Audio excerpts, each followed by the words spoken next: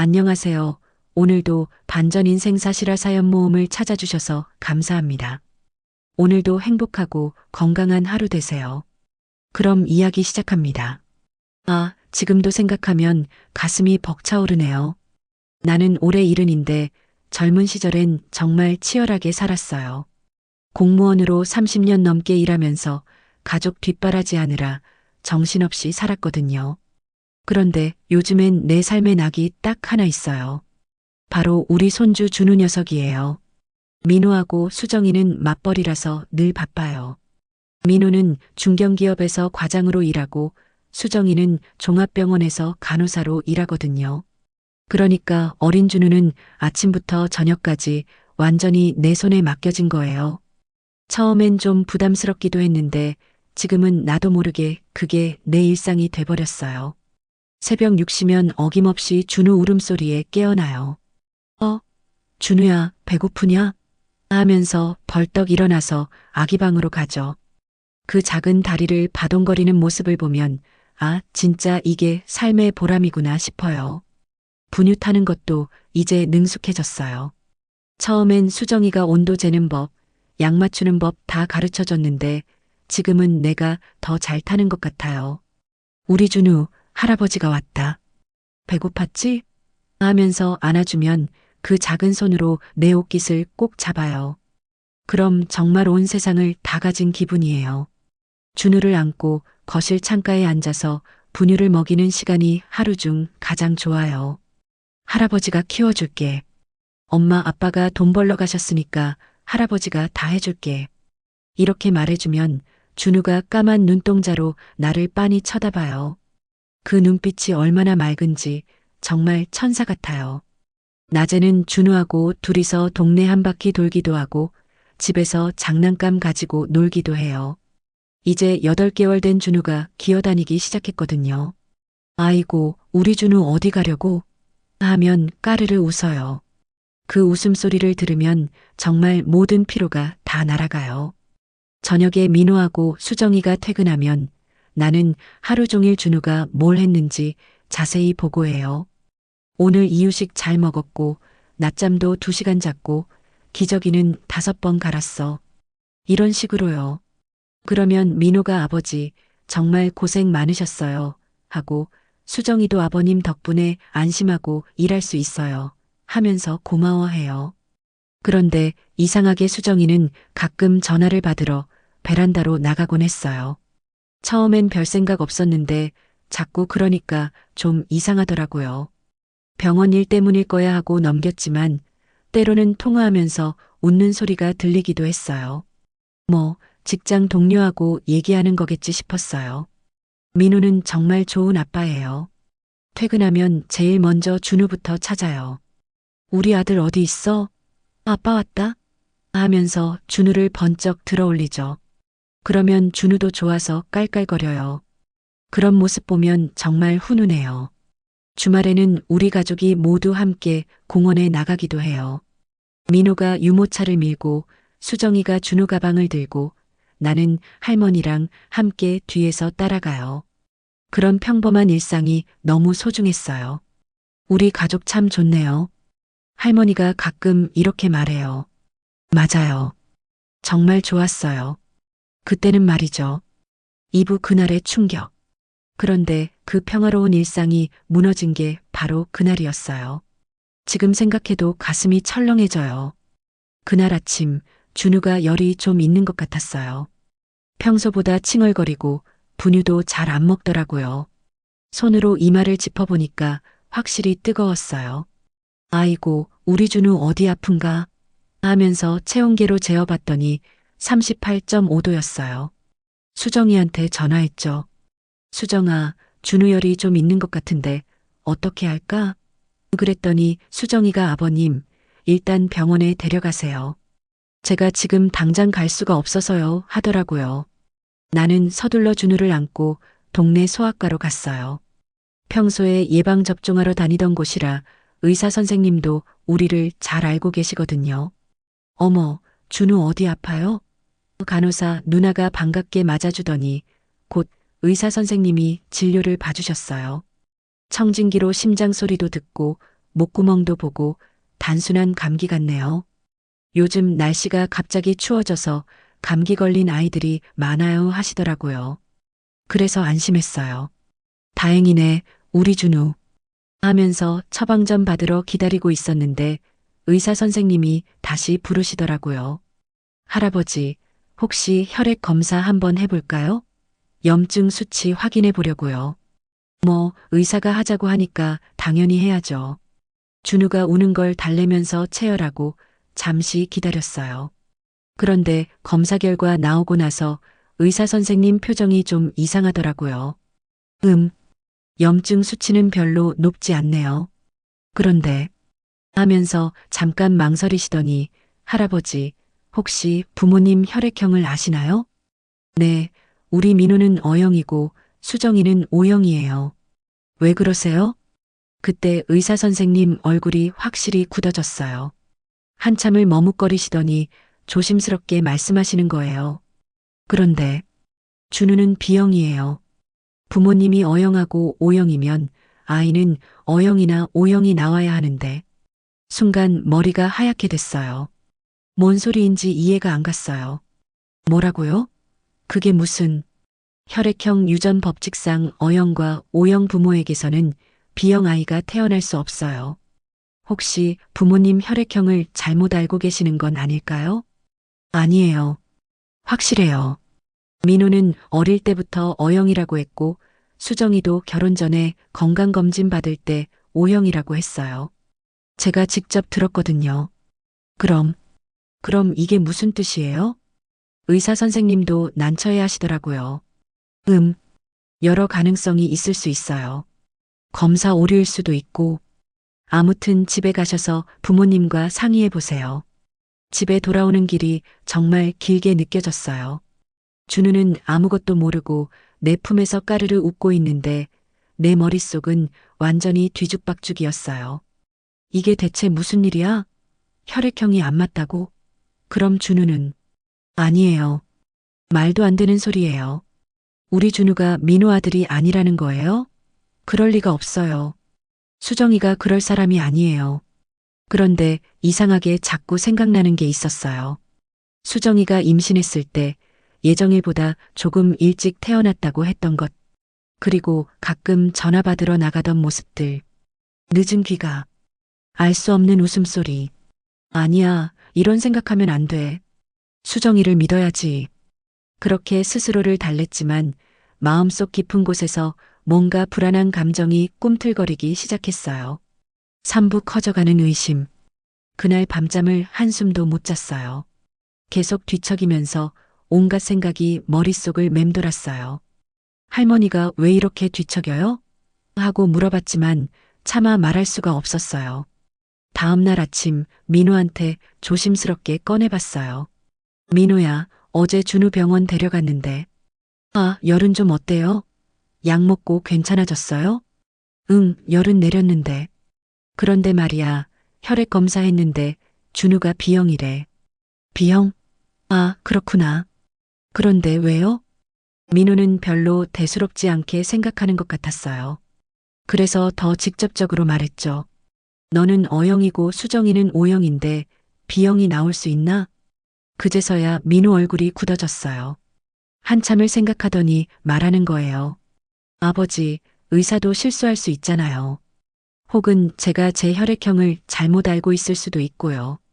너는 분명히 O형이야. 어릴 때 다쳤을 때 수혈받으면서 확인했잖아. 그럼 수정이가 혈액형을 잘못 알고 있었나 보죠. 민호도 조금 당황하는 것 같았지만 아직은 별다른 의심을 하지 않는 것 같았어요. 그날 저녁 수정이가 퇴근하자마자 민호가 물어봤어요. 여보, 너 혈액형이 뭐라고 했지? O형이요. 왜 그래요? 준우가 B형이래서. 이상하지 않아? 수정이 얼굴이 순간적으로 굳어졌어요. 아주 잠깐이었지만 나는 그 표정을 놓치지 않았어요. 아, 그럼 제가 잘못 알고 있었나 봐요. 다시 검사해보죠. 그렇게 말하긴 했는데 수정이 목소리가 평소보다 떨리는 것 같았어요.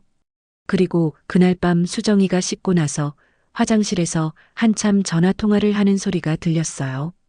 목소리가 낮아서 내용은 못 들었지만 뭔가 다급한 느낌이었어요. 그 다음부터 나는 수정이를 다른 시각으로 보기 시작했어요.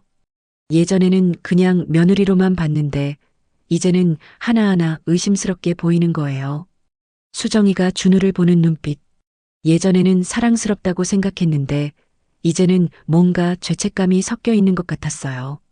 그리고 민호하고 대화할 때도 자꾸 시선을 피하는 것 같고 며칠 뒤 수정이가 혈액 검사를 받고 왔어요. 결과는 역시 O형이었어요. 그럼 뭐죠? 준우가 B형인 게 설명이 안 되잖아요. 이상하네요. 다시 준우 검사를 해봐야겠어요. 수정이가 그렇게 말했지만 나는 이미 다른 생각을 하고 있었어요. 그날 밤 나는 인터넷을 찾아봤어요. 혈액형 유전에 대해서 말이죠. 확실했어요. O형과 O형 부모에게서 B형 아이는 절대 나올 수 없다고 나와 있었어요. 그럼 답은 하나잖아요. 준우의 진짜 아버지는 따로 있다는 것. 그런데 또 한편으로는 이런 생각을 하는 내 자신이 너무 싫었어요. 수정이를 의심한다는 게, 그리고 우리 귀여운 준우를 다른 시선으로 본다는 게 정말 괴로웠어요. 사부 숨겨진 과거. 며칠이 지나도 마음이 편치 않았어요. 그래서 결국 수정이한테 직접 물어보기로 했어요. 민호가 출근하고 수정이가 준우 돌보고 있을 때였어요. 수정아, 잠깐 얘기 좀 할까? 네, 아버님. 무슨 일이세요?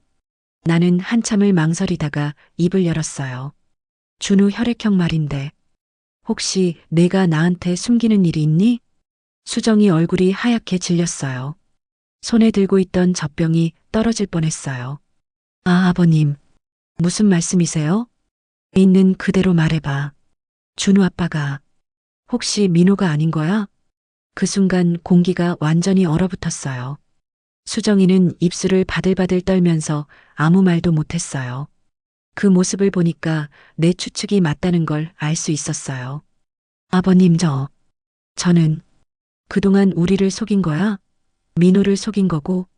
수정이가 갑자기 울음을 터뜨렸어요. 죄송해요.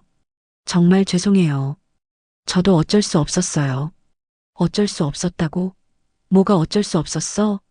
수정이는 한참을 울다가 떨리는 목소리로 말하기 시작했어요. 결혼하기 전에 사귀던 남자친구가 있었어요. 의사였는데 동진이라고. 이동진. 그 이름이 머릿속에 박혔어요. 결혼 날짜를 정해놓고 있었는데 그때 한번 잠깐 만났어요. 민호 오빠와 작은 다툼이 있었을 때였어요. 그리고 나서 임신한 걸 알았는데 계산해 보니까 그때가 더 이상 들을 필요가 없었어요. 대충 상황이 파악됐으니까. 그럼 처음부터 알고 있었다는 거야? 준우가 민호 아이가 아니라는 걸? 아니에요. 확실하지 않았어요. 민호 오빠일 수도 있다고 생각했어요. 그런데 혈액형이 민호가 알면 어떻게 될 것 같아? 수정이는 더 심하게 울었어요. 아버님, 제발. 민호 오빠한테는 말하지 마세요. 저 정말 민호 오빠 사랑해요. 준우도 민호 오빠 아들로 키우고 싶어요. 사랑한다고? 지금까지 거짓말하면서 한 번뿐이었어요. 정말 한 번뿐이었어요. 그 후로는 동진이와 완전히 연락 끊었어요. 그런데 갑자기 생각난 게 있었어요. 너 요즘도 전화 자주 받지 않았어? 베란다에서? 수정이가 깜짝 놀라면서 고개를 저었어요. 아니에요. 병원 동료들이에요. 정말이야? 거짓말 아니고 정말이에요. 아버님, 제발 믿어주세요. 나는 뭐라고 말해야 할지 모르겠더라고요. 화가 나기도 하고 실망스럽기도 하고 한편으로는 수정이가 불쌍하기도 하고. 그런데 가장 큰 문제는 이제 준우를 볼 때마다 다른 남자의 아이라는 생각이 든다는 거였어요. 그렇게 사랑스러웠던 우리 손주가 이제는 남의 핏줄이라는 것. 오부 폭풍전야. 그날 이후로 집안 분위기가 완전히 바뀌었어요. 나는 수정이하고 제대로 대화를 안 하려고 했고 수정이는 눈치를 보느라 더 조심스러워했어요. 민우는 아직 아무것도 모르고 있었어요. 퇴근하면 여전히 준우를 안고 좋아하고 수정이한테도 다정하게 대했어요. 그런 모습을 볼 때마다 가슴이 찢어지는 것 같았어요. 내가 말해야 하나?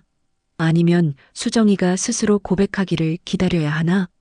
매일 그런 고민을 했어요. 민호에게는 진실을 알 권리가 있잖아요.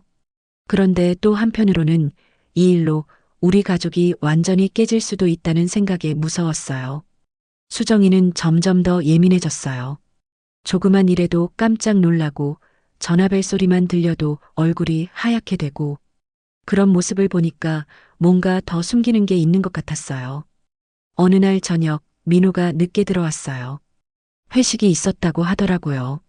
그런데 평소보다 술을 많이 마신 것 같았어요. 아버지, 요즘 집안 분위기가 이상해요. 수정이도 뭔가 예민하고 아버지도 별로 말씀을 안 하시고 그런가? 별일 없는데 혹시 제가 뭘 잘못했나요? 아니면 수정이가 뭔가 실수를 했나요? 그때 정말 말하고 싶었어요. 모든 걸 다 털어놓고 싶었어요. 그런데 민호가 술에 취한 상태였고 게다가 내가 확실한 증거 없이 추측만으로 말하는 게 맞나 싶어서 참았어요. 아무것도 아니야. 그냥 요즘 몸이 좀 안 좋아서 그래. 아, 그렇구나. 그럼 병원 한번 가보세요. 그렇게 또 하루가 지나갔어요. 그런데 며칠 뒤에 결정적인 일이 생겼어요. 수정이 핸드폰에 메시지가 왔는데 마침 수정이가 씻고 있을 때였어요. 핸드폰이 거실 탁자에 있었는데 화면에 메시지 내용이 그대로 보였어요. 수정아, 준우 잘 지내지? 보고 싶다. 마이너스 동진. 그 순간 머릿속이 하얗게 됐어요. 수정이가 연락을 끊었다고 했는데 아직도 연락하고 있었던 거예요. 그것도 준우에 대해서. 화장실에서 나온 수정이가 핸드폰을 보더니 얼굴이 새하얗게 됐어요. 나와 눈이 마주쳤는데 더 이상 숨길 수가 없다는 표정이었어요. 아버님, 아직도 그 사람과 연락하고 있었구나. 아니에요. 가끔, 정말 가끔씩만. 준우가 그 사람 아들이니까 보고 싶다는 거지? 수정이는 아무 말도 못하고 고개만 떨구고 있었어요. 그때 마침 현관문이 열리면서 민호가 들어왔어요. 평소보다 일찍 퇴근한 거였어요. 저 왔어요. 왜 이렇게 분위기가 어둡죠? 나하고 수정이 둘 다 아무 말 못하고 있으니까 민호가 뭔가 이상하다는 걸 눈치챈 것 같았어요. 무슨 일이에요? 혹시 준우가 아픈가요? 그때 나는 결심했어요. 더 이상 숨길 수 없다고. 육부 진실의 순간. 민호야, 앉아봐. 얘기할 게 있다.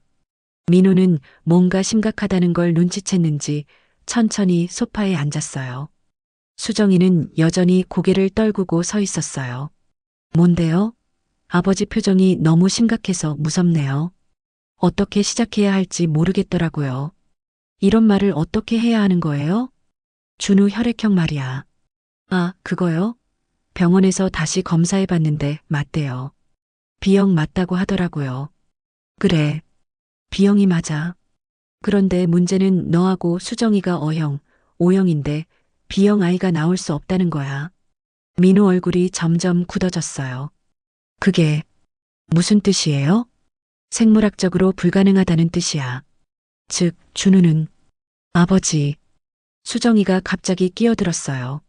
제가 직접 말할게요. 민호가 수정이를 바라봤어요. 그 눈빛이 벌써 뭔가 느낀 것 같았어요. 여보, 설마. 수정이는 눈물을 흘리기 시작했어요. 미안해. 정말 미안해. 준우는 내 아이가 아니야. 민호는 한동안 아무 말도 못했어요. 그냥 멍하니 앉아서 수정이를 바라보기만 했어요. 그러다가 갑자기 일어나더니 벽에 주먹을 쳤어요.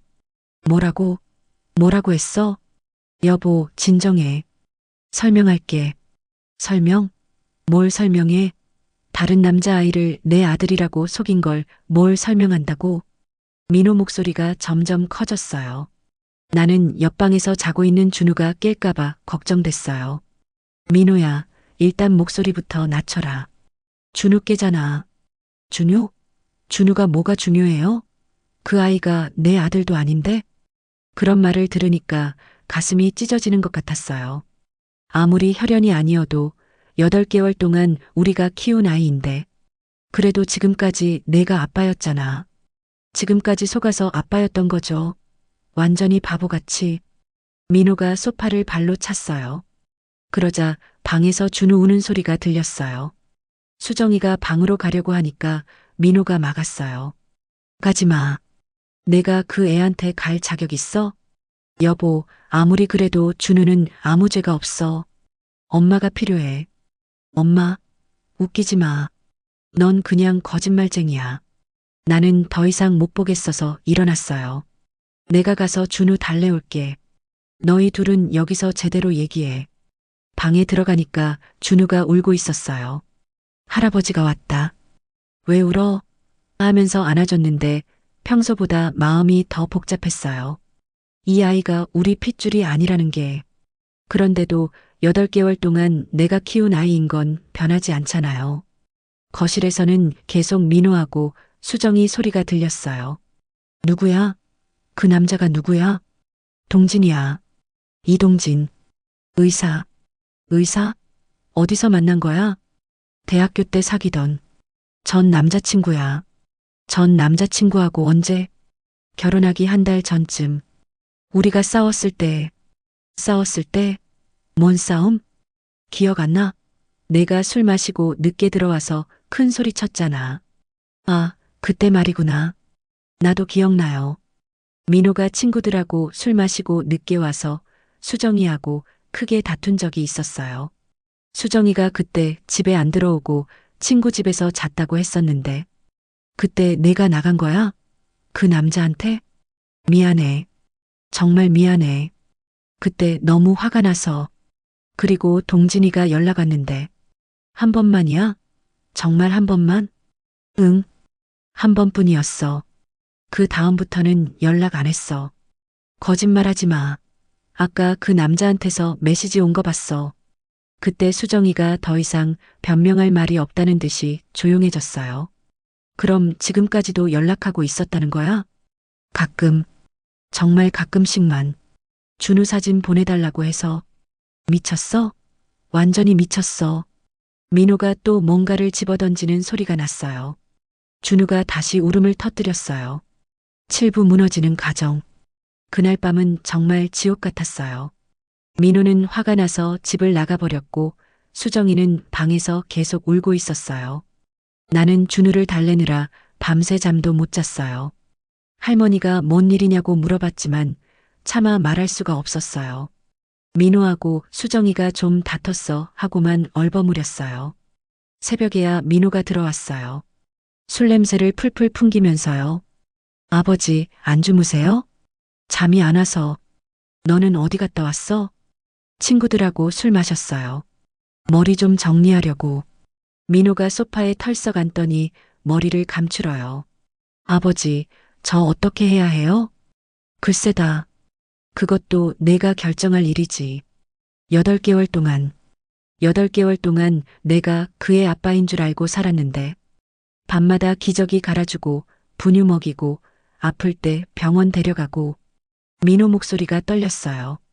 그런데 갑자기 다른 남자아이라고 하니까 이 감정을 어떻게 처리해야 할지 모르겠어요. 준우에 대한 마음은 어때?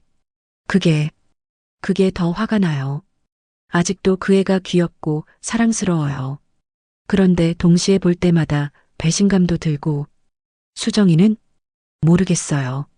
사랑했으니까 결혼했는데 이렇게 속였으니까. 어떻게 다시 믿어요?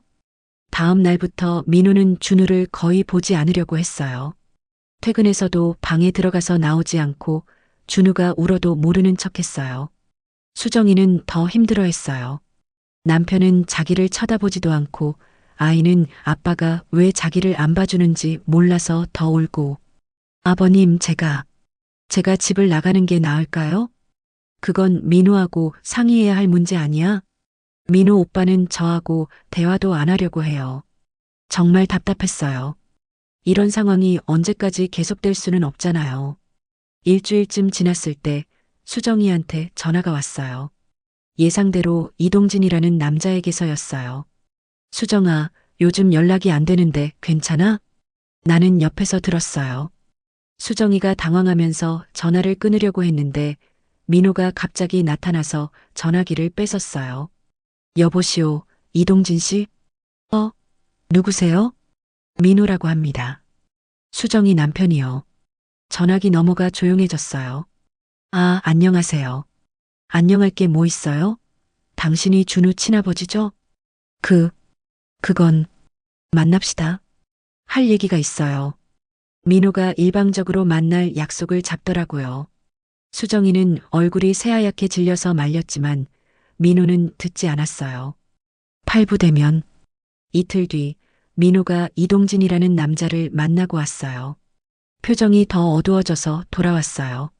어떻게 됐어? 별로 할 말이 없는 사람이더라고요. 그냥 미안하다고만 하고. 그래서 자기도 준우가 자기 아들인 줄 몰랐다고 하네요. 수정이가 임신했다고 연락했을 때 이미 결혼 준비 중이라고 해서 그냥 축하한다고만 했다고. 그럼 지금은 준우를 만나보고 싶다고 하더라고요. 친아들이니까. 그 말을 들으니까 가슴이 철렁했어요. 다른 남자가 우리 준우를 데려간다고? 너는 뭐라고 했어? 거절했죠. 지금까지 내가 키웠는데 왜 갑자기 나타나서 아버지 행세를 하려고 하냐고. 그 사람이 뭐라고 하던? 법적으로는 자기가 친아버지니까 권리가 있다고 하더라고요. 법적으로? 그런 건 생각해 본 적이 없었어요. 출생신고는 민호 아들로 되어 있는데 진짜 아버지가 나타나면 어떻게 되는 건지. 그날 저녁 수정이한테 물어봤어요. 수정아, 그 동진이라는 사람이 준우를 데려가려고 한다는데? 그럴 리 없어요. 동진이는 그런 사람이 아니에요. 그럼 왜 만나고 싶다고 하는 거야? 그냥 호기심인 것 같아요. 자기 아들이 어떻게 생겼는지. 호기심?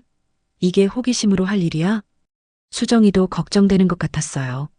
그래서 이동진에게 전화해서 만나지 말라고 부탁했다고 하더라고요. 그런데 며칠 뒤에 더 큰 문제가 생겼어요. 이동진이 직접 우리 집으로 찾아온 거예요. 그날 나는 준우하고 둘이서 집에 있었는데 인터폰이 울렸어요. 누구세요? 이동진이라고 합니다. 잠깐 뵙고 싶어서요. 순간 당황했어요. 문을 열어줘야 하나 말아야 하나. 지금 민호는 없는데요. 할아버님하고 얘기하고 싶어서 왔습니다. 결국 문을 열어줬어요. 이동진이라는 남자는 생각보다 점잖아 보였어요. 깔끔한 정장을 입고 예의 바르게 인사했어요. 안녕하세요. 이동진입니다. 들어와요. 거실에 앉으니까 준우가 거기서 장난감을 가지고 놀고 있었어요. 이동진이 준우를 보더니 눈이 커졌어요. 저 아이가 준우인가요? 네. 이동진은 한동안 준우를 바라보기만 했어요. 그 표정이 뭔가 복잡해 보였어요. 정말 제가 아버지가 맞나 보네요. 왜 그렇게 생각해요? 눈이 저랑 똑같아요. 코 모양도 다시 보니까 정말 비슷한 것 같기도 했어요. 지금까지는 민호를 닮았다고 생각했는데 이제 다른 사람과 비교하니까 다르게 보이더라고요. 할아버님, 제가 이상한 부탁을 드려도 될까요? 뭔데요? 준우를 한번 안아봐도 될까요? 순간 망설여졌어요. 이 사람이 준우의 친아버지긴 하지만 지금까지 우리가 키운 아이인데 갑자기 낯선 사람이 안는다는 게. 그런데 준우가 먼저 이동진에게 기어갔어요. 아이들은 신기하게 뭔가를 아는 건지 전혀 낯설어하지 않더라고요. 이동진이 조심스럽게 준우를 안았는데 그 순간 눈물을 흘리는 거예요. 미안해, 준우야. 아빠가 늦어서 미안해. 그 모습을 보니까 나도 마음이 복잡해졌어요. 이 사람도 나름대로 준우에 대한 감정이 있는 것 같았어요. 구부 선택의 기로. 그날 저녁 민호하고 수정이에게 이동진이 집에 왔다고 얘기했어요. 민호는 화를 냈어요. 아버지, 왜 들여보내셨어요? 그래도 얘기는 들어봐야지. 뭔 얘기요? 들을 게 뭐 있어요? 그 사람도 준우 아버지 입장에서는 할 말이 있을 거 아니야. 아버지까지 그러세요? 지금까지 누가 준우 아버지였는데요? 맞는 말이에요. 지금까지는 민호가 아버지였어요. 그런데 혈연상으로는 이동진이 아버지고, 민호야, 나도 내 편이야. 그런데 이런 복잡한 문제를 감정적으로만 해결할 수는 없어. 그럼 어떻게 하자는 거예요? 일단 다들 만나서 얘기해보자. 수정이도 포함해서. 수정이는 그동안 줄곧 미안하다는 말만 했는데 이제는 좀 다른 얘기를 해야 할 때가 된 것 같았어요. 며칠 뒤 우리는 모두 만났어요. 우리 집 거실에서 민호, 수정이, 이동진, 그리고 나. 준우는 할머니가 데리고 산책을 나갔어요. 처음에는 서로 말을 안 하고 어색했어요. 그래서 내가 먼저 입을 열었어요. 이동진 씨, 할 말이 있으면 해보세요. 네. 우선 민호 씨에게 정말 죄송하다는 말씀드리고 싶어요. 제가 의도한 건 아니지만 결과적으로는 제가 가정을 흔든 셈이 되었으니까요. 민호는 팔짱을 끼고 차갑게 쳐다보기만 했어요. 그리고 수정이에게도 미안해. 그때 내가 좀 더 신중했어야 했는데 지금 와서 미안하다고 해서 뭐가 달라져요? 민호가 날카롭게 말했어요. 달라질 건 없죠. 하지만 저도 준우의 친아버지로서 할 말은 있어요. 할 말이 뭔데요? 준우를 키우고 싶어요. 그 말에 민호가 벌떡 일어났어요. 뭐라고요? 지금까지 누가 키웠는데 갑자기 와서 키우겠다고요? 저도 아버지가 될 권리가 있잖아요. 권리? 8개월 동안 어디 있었는데 지금 와서 권리 얘기해요? 몰랐으니까요. 알았다면 처음부터 책임졌을 거예요. 나는 이 상황을 정리해야겠다고 생각했어요. 잠깐 다들 진정하고. 이동진 씨, 구체적으로 어떻게 하겠다는 거예요? 준우를 제가 맡아서 키우고 싶어요. 수정이와 함께요. 그 말에 수정이가 깜짝 놀라면서 고개를 저었어요. 안 돼요. 그건 안 돼요. 왜 안 돼? 우리 사이에서 태어난 아이인데. 저는 민호 오빠와 결혼했어요. 이혼할 생각 없어요.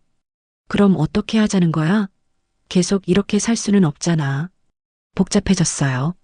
이동진은 준우를 키우고 싶어 하고 수정이는 민호와 계속 살고 싶어 하고 민호는 둘 다 싫어하고. 민호야, 너 생각은 어때? 저는 모르겠어요. 솔직히 준우를 포기하고 싶지는 않아요. 8개월 동안 내 아들이었는데. 그런데 수정이를 다시 믿을 수 있을지는. 그럼 이혼하고 준우는 내가 맡겠다는 거야?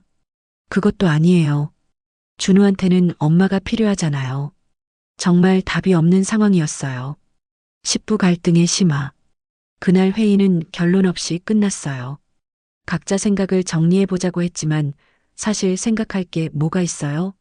이미 다들 자기 입장은 정해져 있었어요. 이동진은 그 다음부터 자주 연락했어요. 준우 사진을 보내달라고 하기도 하고 직접 보러 와도 되냐고 묻기도 하고. 민호는 그럴 때마다 화를 냈어요. 왜 자꾸 연락해요? 우리가 허락한 적 없는데. 법적으로는 제가 친아버지니까 면접교섭권이 있어요. 법적으로? 출생신고는 제 아들로 되어 있는데요. 친자확인 소송을 하면 바뀔 수 있어요. 친자확인 소송이라는 말을 들으니까 정말 심각해졌어요. 법정까지 가게 되면 이 일이 동네 전체에 알려질 텐데. 수정이는 점점 더 힘들어했어요. 남편은 자기를 차갑게 대하고 전 남자친구는 계속 연락하고 시아버지인 나는 중간에서 애매하고. 아버님, 정말 어떻게 해야 할까요? 내 마음은 어때? 정말로 민호와 계속 살고 싶어? 네. 저는 민호 오빠를 사랑해요. 한 번 실수했지만 그 후로는 정말 후회하면서 살았어요. 그럼 동진이에 대한 마음은? 동진이는 과거예요. 지금은 아무 감정 없어요. 단지 준우 아버지라는 것 때문에 연락할 뿐이에요. 준우는? 준우는 제 아들이에요. 누가 뭐라고 해도 제가 낳아서 키운 아들이에요.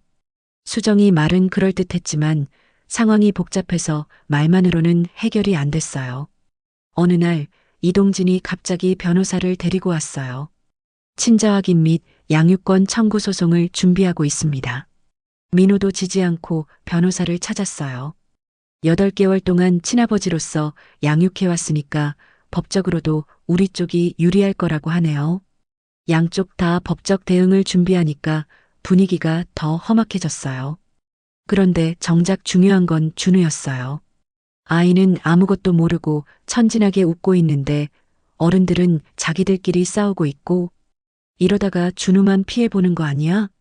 내가 그렇게 말하니까 모두들 잠시 조용해졌어요. 아버님 말씀이 맞아요. 준우한테 제일 좋은 게 뭔지 생각해 봐야겠어요. 수정이가 말했어요. 준우한테 제일 좋은 건 친부모와 함께 사는 거죠. 이동진이 대답했어요. 아니에요. 지금까지 키워온 가정에서 계속 사는 게 좋죠. 민호가 반박했어요. 또 싸우려는 분위기였어요. 그때 할머니가 준우를 안고 들어왔어요. 준우가 까르르 웃으면서 손을 흔들었어요. 할아버지 하면서 내게 달려오려고 몸을 틀더라고요. 그 모습을 보니까 모든 게 허무해졌어요. 이 아이에게는 혈연이 중요한 게 아니라 사랑이 중요한 거 아닌가요? 11부 또 다른 진실. 그런데 이 모든 상황에 변화를 가져온 건 뜻밖의 일이었어요. 어느 날 수정이가 갑자기 쓰러졌어요. 준우 돌보다가 갑자기 어지러워하더니 그대로 넘어진 거예요. 급하게 병원에 데려갔는데 의사가 하는 말이 충격적이었어요. 임신하셨네요. 약 6주 정도 됐습니다. 임신? 지금 이 상황에? 그런데 몸이 많이 약해져 있어요. 스트레스를 많이 받으신 것 같은데 조심하지 않으면 위험할 수 있어요. 집에 돌아와서 민호에게 얘기했어요. 민호 얼굴이 복잡해졌어요. 제 아이 맞죠? 당연히 내 아이지. 지금까지 동진이하고는 만나지도 않았잖아. 그런데 수정이가 조용히 말하더라고요. 사실 한 번 더 있었어. 뭐? 지난달에 준우 일로 만났을 때 민호가 또 폭발할 줄 알았는데 이번에는 그냥 힘없이 앉더라고요. 또 거짓말이야? 아니야. 이번엔 정말 실수였어. 서로 감정적으로 되어 있을 때. 그럼 이 아이는 누구 아이야? 모르겠어. 시기상으로는 둘 다 가능해. 정말 끝이 없는 문제였어요. 하나 해결되나 싶으면 또 다른 문제가 생기고 이동진에게 연락했어요. 상황을 설명하니까 그도 당황하더라고요. 그럼 이번에는 확실히 해야겠네요. 둘 다 유전자 검사를 받아보죠. 유전자 검사. 이제 과학의 힘을 빌려야 하는 상황이 된 거예요. 그런데 수정이 상태가 안 좋아서 검사를 지금 당장은 못해요. 그럼 아이가 태어나고 나서? 그렇게 해야겠어요. 또 기다려야 하는 상황이 됐어요. 9개월을 더. 그런데 이상한 건 이 새로운 상황 때문에 분위기가 좀 바뀌었어요. 민호가 수정이에 대한 태도가 조금 부드러워졌어요. 일단 몸부터 추스리자. 아이한테 영향 가면 안 되니까. 고마워. 고맙긴. 그래도 우리 아이일 수도 있잖아. 희망적인 말이었어요. 우리 아이일 수도 있다는 것은 다시 가족이 될 수도 있다는 뜻이니까. 이동진도 태도가 좀 바뀌었어요. 당장 준우를 데려가겠다는 얘기는 안 하고 일단 둘째 아이 상황을 지켜보자고 했어요. 만약 둘째가 제 아이라면 수정이와 진지하게 얘기해 봐야겠어요. 무슨 얘기? 결혼 말이에요. 이번에는 제대로 된 가정을 꾸리고 싶거든요. 그 말을 들은 민호 얼굴이 또 굳어졌어요. 그럼 준우는 어떻게 하겠다는 거예요? 준우도 함께요. 형제니까 떨어뜨릴 수는 없죠. 말도 안 돼요. 준우는 지금까지 제가 키웠어요. 하지만 친아버지는 저예요. 또 싸울 분위기였어요. 그래도 예전보다는 좀 차분한 것 같았어요. 12부 9개월의 기다림. 수정이 임신 때문에 집안 분위기는 조금 안정됐어요. 민호도 수정이 몸을 걱정해서 함부로 화를 내지 않았고 이동진도 임산부한테 스트레스를 주면 안 된다고 해서 자제했어요. 나는 준우하고 임신한 수정이를 동시에 돌봐야 했어요. 70살 나이에 쉽지 않았지만 그래도 가족이니까 해야죠. 수정이 배가 점점 불러오면서 민호도 조금씩 변했어요. 병원 검진 따라가기도 하고 태교 음악도 같이 듣고 이번엔 내 아이였으면 좋겠어요. 그럴 거야. 분명히. 그런 모습을 보니까 마음이 좀 놓였어요. 그래도 부부잖아요. 한번 실수한다고 해서 모든 걸 포기할 수는 없죠. 준우는 이제 돌이 지나서 걸어 다니기 시작했어요. 할아버지 하면서 내게 달려오는 모습이 너무 귀여웠어요. 혈연이 아니어도 8개월이 넘게 키운 아이라서 그런지 정말 내 손자 같았어요. 그런데 가끔 이동진이 와서 준우를 보면 준우도 싫어하지 않더라고요. 아이들은 순진해서 어른들의 복잡한 사정을 모르죠. 준우야, 아저씨가 누구지? 아저씨. 준우가 손을 흔들면서 웃는 모습을 보면 이 아이에게는 다 똑같은 어른일 뿐이구나 싶었어요. 임신 중기 즈음 수정이가 또 한 번 고백했어요. 사실 임신 전에 동진이하고 한 번 더 만났어요. 언제? 2달 전쯤. 준우 일로 얘기하다가 민우는 이제 크게 화내지 않았어요. 그냥 한숨만 쉬더라고요. 또 있어? 숨긴 것 또 있어? 이제 정말 없어. 모든 걸 다 얘기했어. 그럼 이 아이는 정말 누구 아이인지 모르겠네. 미안해. 정말 미안해. 미안하다는 말을 몇 번을 들었는지 모르겠어요. 그런데 미안하다고 해서 상황이 달라지는 건 아니죠. 임신 7개월 때쯤 수정이가 갑자기 출혈이 있어서 응급실에 갔어요. 다행히 큰 문제는 없었지만 안정을 취해야 한다고 했어요. 그때 민호가 병원에서 수정이 손을 잡고 있는 모습을 봤어요. 그래도 부부의 정이 있구나 싶었어요. 여보, 괜찮아? 응. 아기는 괜찮대. 다행이다. 정말 다행이야. 그 모습을 보니까 이 둘이 다시 잘 될 수도 있겠다는 생각이 들었어요. 이동진도 소식을 듣고 병원에 왔어요. 그런데 민호가 막았어요. 지금은 오지 마세요. 수정이가 안정을 취해야 해요. 저도 걱정돼서요. 걱정은 고맙지만 스트레스 받으면 안 돼요. 이동진이 물러섰어요. 그래도 상식은 있는 사람이구나 싶었어요. 13부 출산. 드디어 수정이가 출산할 날이 왔어요. 예정일보다 일주일 일찍이었어요. 새벽에 진통이 시작돼서 병원으로 급히 갔어요. 민호가 분만실 앞에서 계속 왔다 갔다 하는 모습이 첫째 때랑 똑같더라고요. 아버지, 괜찮을까요? 괜찮을 거야. 수정이 건강하잖아. 몇 시간 후에 아기 우는 소리가 들렸어요. 간호사가 나와서 건강한 아들 낳으셨어요. 하더라고요. 민호 얼굴이 환해졌어요. 아들이래요. 아들. 그런데 곧 복잡한 표정으로 바뀌더라고요. 이 아이가 정말 자기 아들인지 아직 모르니까요. 수정이는 많이 힘들어했지만 아기를 보자마자 웃었어요. 우리 둘째 아들, 안녕. 갓 태어난 아기는 누구를 닮았는지 잘 모르겠더라고요. 갓난아기들은 다 비슷하게 생겼으니까. 이름은 뭘로 할까요? 준서는 어때? 준우하고 비슷하게. 좋아요. 준서. 우리 둘째 손자 이름이 정해졌어요. 이동진에게도 연락했어요. 출산 소식을 말이에요. 축하드려요. 혹시 제가 아이를 볼 수 있을까요? 지금은 힘들 것 같아요. 수정이가 회복해야 하니까. 네, 알겠습니다. 나중에 유전자 검사하실 때 연락 주세요. 유전자 검사. 이제 진짜 결정적인 순간이 다가왔어요. 14부 진실의 순간. 준서가 태어나고 한 달 후 드디어 유전자 검사를 했어요. 준우하고 준서 둘 다요.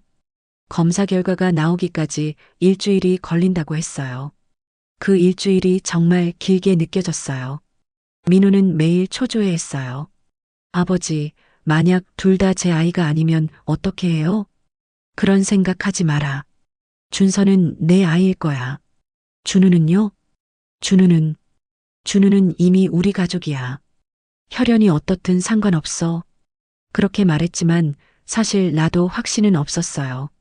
수정이는 더 불안해했어요. 만약 준서가 동진이 아이면 민호 오빠가 저를 용서할 수 있을까요? 용서고 뭐고 일단 결과를 봐야지.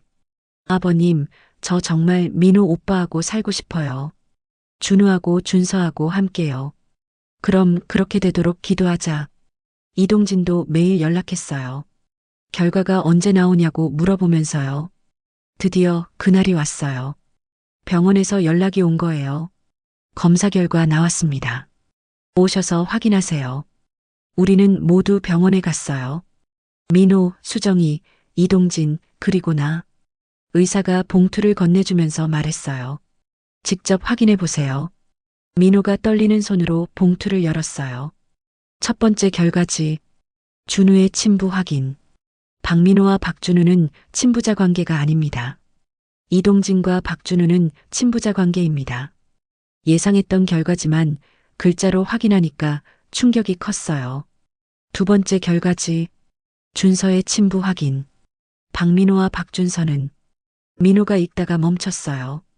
뭐라고 써 있어? 친부자 관계입니다. 그 순간 민호가 안도의 한숨을 쉬었어요. 다행이다. 정말 다행이야. 그런데 이동진 결과는? 이동진과 박준서는 친부자 관계가 아닙니다. 결론적으로 준우는 이동진의 아들이고 준서는 민호의 아들이었어요. 형제인데 아버지가 다른 거였어요. 15부 새로운 시작. 검사 결과를 확인한 후 우리는 한동안 아무 말이 없었어요. 각자 복잡한 생각을 하고 있었겠죠. 이동진이 먼저 입을 열었어요. 이제 확실해졌네요. 준우는 제 아들이고 준서는 민호 씨 아들이고. 그렇네요. 그럼 우리 앞으로 어떻게 할까요? 그게 진짜 문제였어요. 형제를 떼어놓을 수는 없고 그렇다고 지금 상황을 계속 유지할 수도 없고. 수정이가 조심스럽게 말했어요. 저는 아이들하고 함께 살고 싶어요. 둘 다 제가 낳은 아들이니까. 그럼 누구하고 살겠다는 거야? 민호가 물어봤어요. 민호 오빠하고요. 제발 한 번만 더 기회를 주세요. 민호는 한참을 생각하더니 말했어요. 준우는 진짜 아버지가 키워야 하는 거 아니에요? 아니에요. 준우한테는 지금까지의 아빠가 진짜 아빠예요. 이동진이 끼어들었어요. 저도 준우를 키우고 싶지만 급하게 환경을 바꾸는 건 아이한테 좋지 않을 것 같아요. 그럼 어떻게 하겠다는 거예요? 당분간은 지금처럼 민호 씨 집에서 키우시고 저는 가끔 면회하는 걸로 했으면 해요. 뜻밖의 제안이었어요. 그리고 준우가 좀 더 크면 그때 준우 의견을 들어보죠. 누구와 살고 싶은지. 준서는요? 준서는 친아버지하고 사는 게 맞죠? 합리적인 제안 같았어요. 준우는 갑작스러운 변화를 겪지 않아도 되고 진짜 아버지인 이동진도 아이를 볼 수 있고. 민호가 물어봤어요. 그럼 수정이는? 수정이가 결정하죠. 모든 시선이 수정이에게 쏠렸어요. 저는 민호 오빠하고 살고 싶어요. 아이들하고 함께요. 둘 다? 네. 준우도 준서도 다 제 아들이에요. 이동진이 고개를 끄덕였어요. 그럼 그렇게 하죠. 대신 조건이 있어요. 무슨 조건이요? 준우가 저를 아빠라고 부를 수 있게 해주세요. 그리고 일주일에 한 번씩은 만날 수 있게 해주시고요. 그건 민호 오빠가 결정하셔야 해요. 민호는 한참을 고민하더니 고개를 끄덕였어요. 좋습니다. 하지만 준우가 혼란스러워하지 않게 조심히 해주세요. 물론이죠. 이렇게 해서 우리 가족의 새로운 형태가 정해졌어요. 16부 한 지붕 아래. 그 후 몇 개월이 지났어요. 처음에는 어색했지만 점점 익숙해졌어요. 이동진은 약속대로 일주일에 한 번씩 와서 준우를 봤어요. 처음엔 준우가 낯설어 했지만 시간이 지나니까 친해졌어요. 준우야, 아빠가 왔다. 아빠. 준우가 이동진을 아빠라고 부르는 걸 들으면 민호는 아직도 조금 씁쓸해했어요. 하지만 더 이상 화내지는 않았어요. 괜찮아요? 수정이가 물어보면 괜찮아. 이제 익숙해졌어. 민호는 준서한테 모든 애정을 쏟았어요. 밤에 우유도 타주고 기저귀도 갈아주고. 진짜 아들이라서 그런지 더 열성적이었어요. 준우는 여전히 내게 잘 따랐어요. 할아버지, 놀아줘. 그래, 우리 준우. 뭐하고 놀까? 혈연은 아니지만 15개월 동안 키운 정이 있으니까 여전히 사랑스러웠어요. 수정이는 두 아이를 동등하게 대했어요. 준우한테 소홀하지도 않고 준서만 편애하지도 않고 엄마 우유. 그래 준우야. 준서도 우유 먹을까? 그런 모습을 보면 역시 엄마는 엄마구나 싶었어요. 이동진도 처음보다는 많이 자연스러워졌어요. 준우야, 오늘 뭐 했어? 놀이터 갔어. 그네 탔어. 아, 그랬구나. 재미있었어? 응. 그런 대화를 듣고 있으면 이것도 하나의 가족 형태구나 싶었어요. 17부 시간이 주는 치유. 1년이 더 지났어요. 준우는 이제 3살이고 준서는 돌이 넘었어요. 민호와 수정이는 완전히 예전 같지는 않지만 많이 좋아졌어요. 아직 서로를 완전히 믿지는 못하지만 그래도 가족으로 살아가려고 노력했어요. 여보, 오늘 이동진 씨 온다고 했지? 응. 준우 놀이공원 데려간다고 했어. 준서도 같이 갈까? 그래도 될까? 이동진 씨가 준서까지 데려가는 게 부담스럽지 않을까? 물어봐. 이런 식으로 서로 배려하려고 했어요. 이동진에게 물어보니까 기꺼이 준서도 함께 데려가겠다고 했어요. 형제는 함께 놀아야죠. 그리고 준서도 제가 봐야 할 조카 같은 존재니까요. 고마운 생각이었어요. 준우와 준서는 정말 친한 형제가 됐어요. 준서야, 형이랑 놀자. 형아. 준서가 준우를 따라다니는 모습이 너무 귀여웠어요. 가끔 이동진이 올 때 준우가 물어봤어요. 아빠, 왜 우리 집에 안 살아? 아빠는 다른 집에 살아야 해서 그래. 같이 살면 안 돼? 어린아이 질문에 이동진도 답하기 어려워했어요. 나중에 준우가 더 크면 얘기해 줄게. 그런 모습을 보면 이 상황이 완벽하지는 않다는 걸 알 수 있었어요. 하지만 최선이었어요. 민호도 점점 이동진을 인정하기 시작했어요. 이동진 씨, 고맙습니다. 준우한테 좋은 아버지가 되어주셔서. 민호 씨야말로 고맙죠. 제가 할 일을 대신 해주셨으니까. 서로 존중하는 관계가 됐어요. 18부 아이들의 관점. 준우가 4살이 됐을 때 드디어 상황을 어느 정도 이해하기 시작했어요. 할아버지, 왜 나는 아빠가 둘이야? 할아버지가 설명해 줄게. 어린아이에게 어떻게 설명해야 할까 고민됐어요. 준우는 특별한 아이야. 세상에서 가장 사랑받는 아이거든. 왜? 아빠도 둘이고 엄마도 있고 할아버지 할머니도 있고 많은 사람들이 준우를 사랑해. 준서는? 준서도 똑같이 사랑받아. 형제니까? 그래, 형제니까. 준우는 그렇게 이해하는 것 같았어요.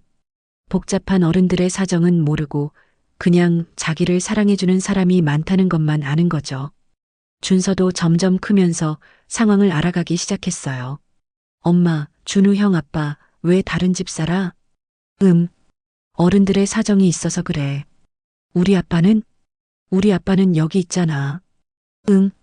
아이들은 순수해서 복잡하게 생각하지 않더라고요. 어느 날 준우가 이동진에게 물어봤어요. 아빠, 민우 아빠랑 왜 안 친해? 친해. 아빠들끼리도 친해. 그럼 같이 살면 안 돼? 그건 좀 복잡해. 왜 복잡해?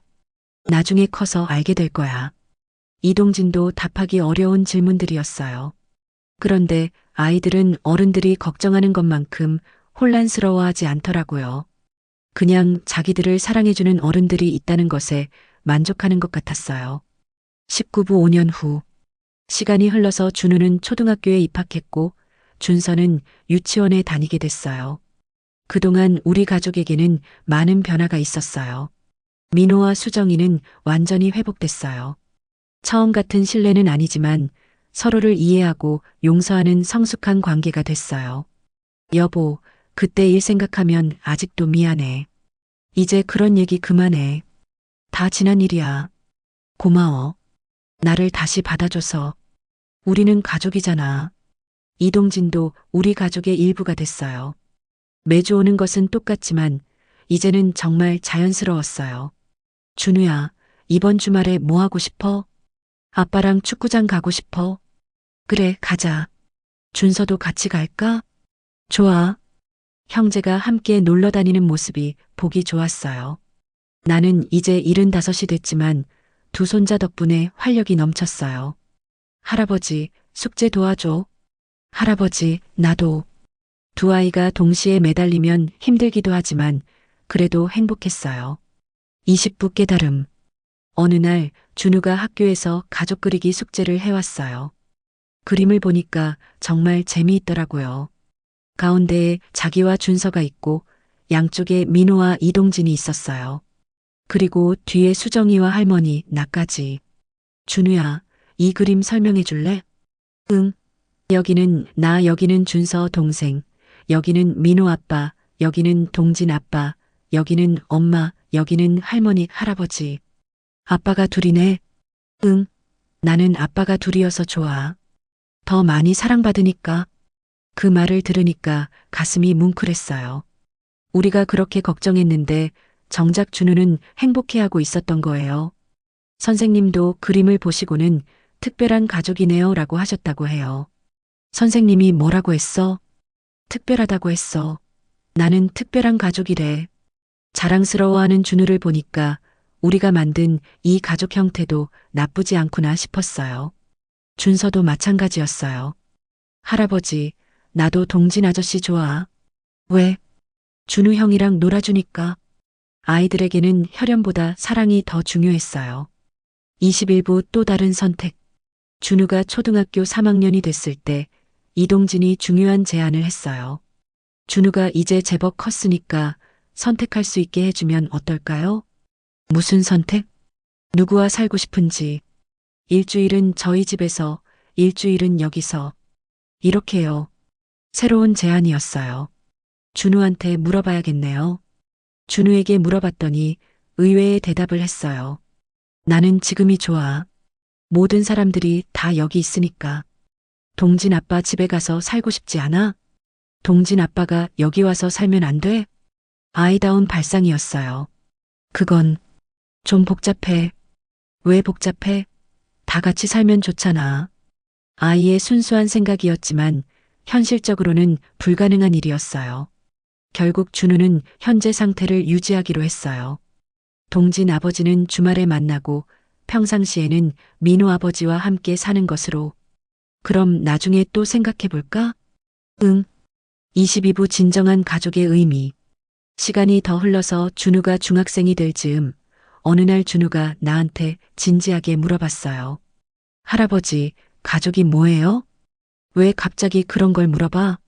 친구들은 다 아빠가 하나인데 나는 왜 둘이에요? 그리고 친구들이 이상하다고 해요. 이제 사춘기가 되면서 복잡한 감정을 느끼기 시작한 것 같았어요. 준우야, 할아버지가 얘기해 줄게. 나는 준우를 무릎에 앉히고 천천히 설명했어요. 가족이라는 건 피가 섞여서만 되는 게 아니야. 서로 사랑하고 보살피고 함께 살아가는 사람들이 가족이야. 그 마음을 내주는 사람들이야. 피는 처음부터 같이 흐르지만 마음은 매일 새로 주고받아야 흐른다. 내 앞에서 밥을 퍼주고 늦게 들어오면 불 켜놓고 기다리고 내 잘못을 크게 혼내고도 문틈으로 숨죽여 우는 사람들. 그런 사람들이 모여 사는 집을 우리는 가족이라고 부른다. 준우가 한참을 내 눈을 보다가 고개를 끄덕였다. 그럼 나는 가족이 두 배네요. 아빠도 둘, 사랑도 둘. 그래. 다만 사랑이 둘이라고 해서 숙제도 둘은 아니야. 농담을 던지니 녀석이 피식 웃었다. 그 웃음 끝이 아직 어딘가 아프게 떨렸지만 아이는 스스로의 길을 찾는 중이었다.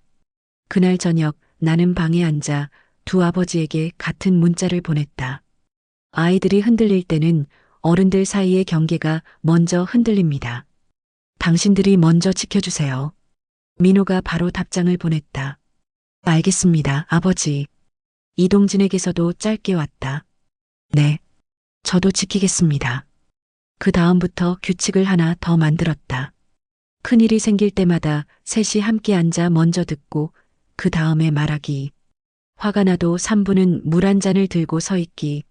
아이 얘기를 할 때는 서로의 결점을 꺼내지 않기. 그렇게 3가지. 사람 사는 규칙치고는 단순했지만 단순해야 오래 갔다. 시간은 어김없이 앞으로만 흘렀다. 준우가 첫 중간고사에서 수학을 망치고 와서 말없이 문을 닫을 때 둘의 아버지는 서로 먼저 연락했다. 오늘은 내가 먼저 다녀오겠습니다. 아니요, 제가 갔다 오죠. 나는 말했다. 둘이 같이 가라. 한 사람의 꾸중, 한 사람의 위로. 아이는 두 목소리를 다 필요로 한다. 그날 밤 준우 방에서 들려온 소리는 오랫동안 잊지 못할 것이다. 종이 넘기는 소리, 낮은 목소리로 공식을 풀어주는 소리, 그리고 마지막에 맞닿는 세 사람의 웃음. 과목 하나가 삶을 바꾸진 않지만 그날의 방법은 삶을 바꿨다. 간혹 폭풍도 왔다. 학교에서 가정사로 놀리는 아이가 있었고 준우가 주먹을 쥐고 돌아온 날이 있었다. 현관에 서자마자 녀석이 던진 가방이 바닥에서 크게 울렸다. 왜 나만 아빠가 둘이냐고. 왜? 나는 아이를 붙들고 한참을 서 있었다. 울어라. 울 만큼 울어라. 그 다음엔 밥을 먹자. 울고 난 자리에 밥이 들어가야 사람이 버틴다. 밥을 먹고 나서야 두 아버지가 차례로 들어오고 각자의 자리에서 각자의 말로 준우를 감쌌다. 다른 아이들은 모른다. 내가 얼마나 사랑받는지. 싸움은 방법이 아니다. 하지만 내 마음은 이해한다. 한 사람은 가르쳤고 한 사람은 대신 화를 내줬다. 내가 할 일은 마지막이었다. 내일 아침은 된장찌개다. 매운 건 마음에 먼저, 뜨거운 건 배에 나중에. 준서는 씩씩하게 자랐다. 돌잔치 때 뒤늦게 웃은 아이가 5살이 되자 집안을 종횡무진 뛰어다녔다. 형이 마음의 비를 맞을 때면 동생은 우산이 돼주었다. 형이 조용히 있을 때마다 준서는 종종 걸음으로 과자를 들고 와 말없이 옆에 앉았다. 아무에게도 배우지 않았는데도 우산 쓰는 법을 아는 아이. 피는 다르나 자라는 법은 같았다. 세월이 한 번 더 꺾였다. 준우가 중학교를 졸업하던 날 강당 구석 의자에 4명의 어른이 나란히 앉아 있었다. 민호와 이동진, 수정, 그리고 나. 사회자가 보호자분, 단상으로 할 때 둘은 잠깐 서로를 바라봤다. 같이 올라갑시다. 민호가 말했다. 두 남자가 동시에 단상으로 걸어나가자 웅성거림이 일었다. 하지만 아이가 상장을 받을 때 보인 표정 웅성거림보다 훨씬 커다란 침묵 그 순간만큼은 누구도 이 장면을 가십으로 부를 수 없게 했다. 사진을 찍고 내려오는 길에 준우가 내 손을 잡고 속삭였다. 할아버지, 나 괜찮아요. 나는 대답하지 못했다. 괜찮다는 말은 흔하지만 저 나이에 저 무게로 말하긴 어렵다. 아이의 말 속에서 오랜 시간 우리가 쌓아 올린 조심스러운 다리가 완성되는 소리를 들었다. 그날 밤 나는 오래된 서랍을 열어 작은 봉투 2개를 꺼냈다. 하나는 민호에게, 하나는 이동진에게. 봉투 안에는 같은 문장이 적힌 종이가 들어 있었다. 부모는 자리이면서 경계입니다. 아이가 힘들 때는 먼저 자리에서 일어나 경계를 지워주세요. 그 자리를 비워둔 만큼 아이가 자신의 자리로 걸어옵니다. 두 사람은 같은 곳에서 다른 표정으로 고개를 끄덕였다. 한 사람은 오래 들었던 말을 비로소 이해한 듯, 다른 한 사람은 못 들었던 말을 이제야 받는 듯. 늦은 봄 어느 저녁 준우가 식탁에서 말했다. 나 고등학교 가면 기숙사 들어갈까 해. 두 집 다 왔다 갔다 하는 거 내가 정하고 싶어. 순간 공기가 멈추었다. 준우가 두 눈으로 두 아버지를 번갈아 보았다. 아빠들이 더 힘들어 보여서 둘 다 고개를 저었다. 내가 힘들었지. 우린 괜찮다. 나는 웃음이 났다. 괜찮지 않은데 괜찮다 하는 게 어른이지. 그리고 물었다. 내 마음은 어디로 가고 싶으냐? 멀리. 그런데 돌아올 수 있는 만큼만. 그 말이면 충분했다. 떠남은 배신이 아니라 성장이다. 돌아올 곳이 있는 떠남은 더더욱. 입학식을 마치고 돌아오는 길, 버스 창문에 스치는 봄빛이 유리 위로 번졌다. 준우가 이어폰 한쪽을 내게 건네며 말했다. 할아버지, 이 노래 좋아요. 가사를 다 알아들을 순 없었지만 반복되는 후렴만큼은 또렷했다. 집으로, 집으로. 나는 묻지 않았다. 어느 집인지, 누구의 집인지. 아이의 집은 네 사람이 내 모양으로 쌓아 올린 그 어딘가였다. 해가 여러 번 바뀌고 나는 80을 바라보게 되었다. 병원 진료를 받고 집으로 돌아오는데 현관 앞에서 두 소년이 이제는 소년이라 부르기도 민망한 동시에 내 가방을 낚아챘다. 할아버지, 내가 들어줄게. 내가 들어. 나는 둘의 손등을 번갈아 두드렸다. 둘 다 들어라. 한 손씩. 가볍게 웃음이 터졌다. 그 웃음 속에서 나는 오랫동안 갇혀있던 한 가지를 풀어놓았다. 준우야, 예전에 내 혈액형 때문에 집이 흔들리던 날이 있었지. 알아요. 지금은 괜찮아요. 나는 그날 이후로 내 웃음을 볼 때마다 빚을 갚는 기분이었다. 무슨 빚이요? 의심의 빚. 아이 이제는 어른이라 불러야 할까 말했다. 그 빚은 그날 저녁에 다 갚았어요. 할아버지가 분유 타주고 안아주었을 때 나는 말없이 고개를 끄덕였다. 그날의 분유, 그날의 어루만짐 증명보다 오래가는 것들. 한여름 우리는 5 식구 그리고 6번째 자리 언제든 앉을 수 있는 이동진의 자리까지로 바닷가에 갔다. 파도는 앞에서 부서졌지만 물결은 옆에서 다시 이어졌다. 민호가 파라솔을 받고 이동진이 아이들과 모래성을 쌓고 수정은 김밥을 펼쳤다.